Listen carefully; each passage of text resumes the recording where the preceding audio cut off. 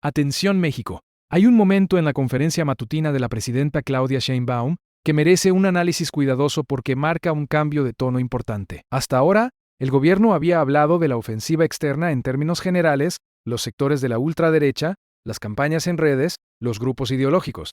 Pero esta vez, la presidenta dio un paso más, puso un nombre propio sobre la mesa, y ese nombre es el de uno de los empresarios más poderosos del país, Ricardo Salinas Pliego. Quédense conmigo porque entender qué dijo exactamente, en qué contexto y qué responde el otro lado es clave para no quedarnos con la mitad de la historia. Vamos a los hechos, ordenados. Todo ocurre en la mañanera cuando la presidenta respondía a una pregunta sobre la carta de respaldo que le envió el expresidente Andrés Manuel López Obrador. Al comentar esa carta, Sheinbaum retomó su tesis de las últimas semanas. Sostuvo que existe una campaña originada, según ella, en sectores de la ultraderecha de los Estados Unidos vinculados con una parte del gobierno, que busca golpear a la Cuarta Transformación con acusaciones de colusión con el narcotráfico. Y citó las dos etiquetas que circulan en redes sociales, narcopartido y narcogobierno. Su argumento es que esas etiquetas no son espontáneas, sino parte de una estrategia con fines electorales pensada tanto para las elecciones estadounidenses de noviembre como para las mexicanas de 2027. Hasta ahí, es la misma línea que veníamos siguiendo. Lo nuevo llegó cuando la presidenta, al describir quienes forman parte de esa ofensiva, mencionó de manera directa al empresario Ricardo Salinas Pliego, ubicándolo entre las voces que critican a su administración. Y fue más lejos en su caracterización.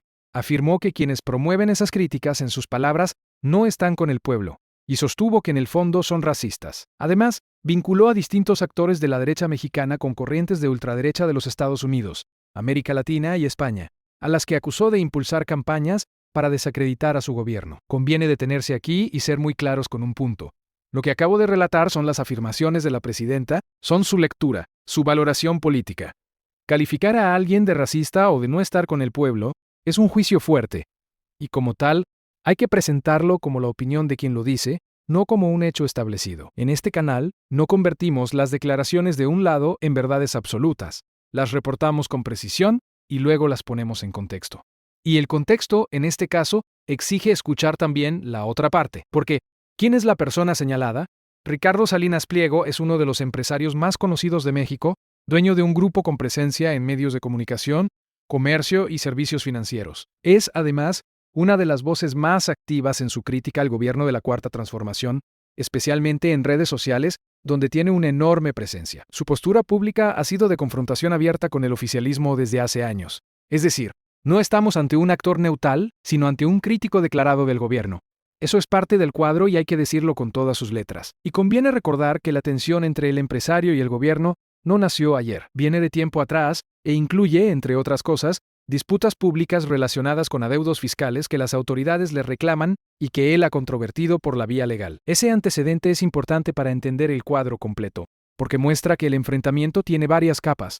No es solo un choque de opiniones en redes sociales, hay también un conflicto de intereses concretos de por medio. Y eso, lejos de simplificar la historia, la vuelve más compleja, porque cada lado puede leer las acciones del otro a través de ese conflicto previo.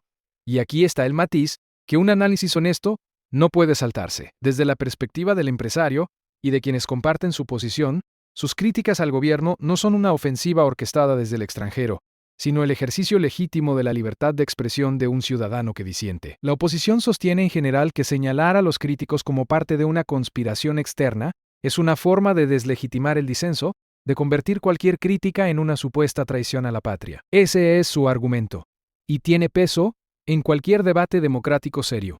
La pregunta de fondo, entonces, es delicada. ¿Dónde termina la crítica legítima?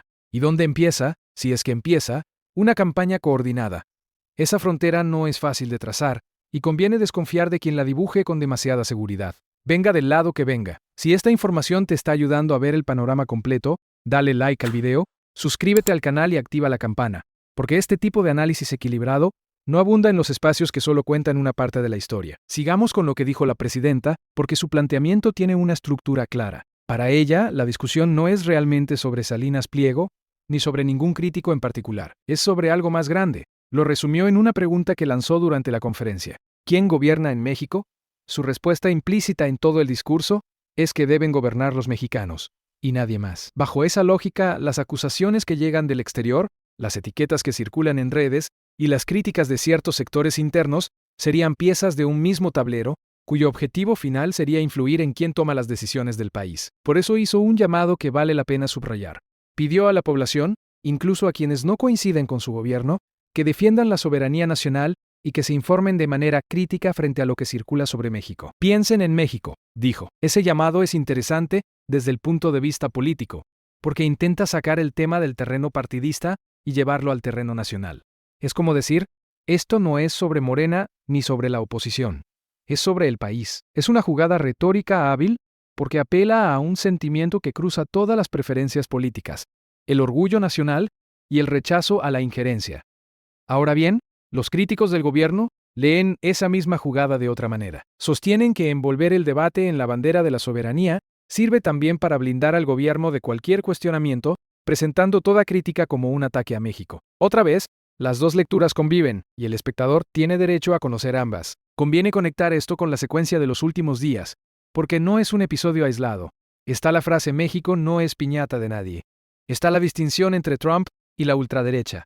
Está la reforma electoral contra la injerencia. Está la carta de respaldo del expresidente. Y ahora, el señalamiento directo de figuras concretas como parte de esa supuesta ofensiva. Lo que vemos es la construcción sostenida de una narrativa, en la que el gobierno se presenta como defensor de la soberanía, frente a una alianza, según su versión, entre la derecha interna y la externa. Como relato político es coherente y está bien articulado. Si ese relato corresponde punto por punto con la realidad, eso ya es harina de otro costal, y es justo lo que cada quien debe evaluar con sus propios criterios. Hay un elemento más que conviene poner sobre la mesa, porque enriquece el análisis. La propia presidenta apoya parte de su argumento en un fenómeno real y documentado, que es la existencia de campañas coordinadas en redes sociales. En el debate público contemporáneo, en México y en el mundo, sí existen redes de cuentas, algunas automatizadas, que amplifican ciertos mensajes de manera artificial. Eso es un hecho comprobable que han estudiado especialistas en distintos países.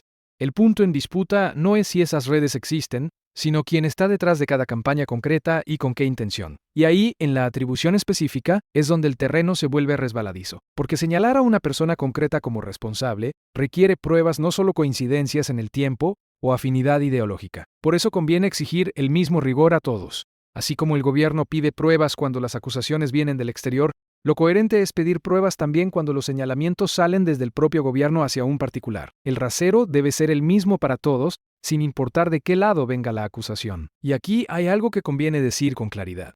Porque nos toca a todos. Este tipo de confrontaciones tiende a empujar el debate hacia los extremos. De un lado se pide lealtad total al gobierno en nombre de la patria. Del otro, se descalifica todo lo que venga del oficialismo por principio. Y en medio, queda lo más valioso, que es la posibilidad de discutir los hechos con calma, sin convertir cada desacuerdo en una batalla de identidades. Cuando la política se reduce a estar con unos o con otros, el que pierde siempre es el ciudadano de a pie, porque deja de pensar por sí mismo, y empieza a repetir consignas. Por eso el llamado más sensato, más allá del color político, es a no dejarse arrastrar por la polarización, a leer varias fuentes, a sospechar de las certezas absolutas y a recordar que casi ningún tema serio se explica con un solo villano y un solo héroe. La realidad casi siempre es más complicada que el titular. Entonces, ¿cómo cerramos este análisis sin caer en ningún extremo? Con honestidad. Es un hecho que la presidenta señaló por su nombre a un empresario crítico de su gobierno y lo ubicó dentro de lo que ella describe como una ofensiva de la ultraderecha. Es un hecho que existe una polarización profunda entre el gobierno y ciertos sectores empresariales y mediáticos. Y es un hecho que el telón de fondo de todo esto es la disputa por el rumbo del país de cara a las elecciones de 2027. Lo que no es un hecho establecido, sino materia de interpretación, es si las críticas de esos sectores constituyen una conspiración orquestada o el ejercicio normal del disenso en una democracia. Sobre eso, cada quien tendrá que formarse su propio juicio, con la mayor cantidad de información posible y la menor cantidad de pasión posible. Lo que sí queda claro es que el debate dejó de ser abstracto. Al poner nombres concretos, la presidenta subió la apuesta y personalizó la confrontación. Eso garantiza que el tema seguirá dando de qué hablar en los próximos días, con respuestas, réplicas y contrarréplicas. Y nosotros estaremos aquí para contarlo, como siempre, escuchando a todas las partes y sin tomar partido por ninguna. Seguiremos informando paso a paso cada movimiento de esta historia que toca el corazón del debate político mexicano, porque entender estos temas no se trata de aplaudir ni de descalificar. Se trata de reportar con precisión lo que cada quien dice, ponerlo en contexto y dejar que tú saques tus propias conclusiones. Si este análisis te aportó claridad, Déjanoslo saber en los comentarios, comparte con quien quiera entender el tema sin ruido. Y nos vemos en el próximo reporte.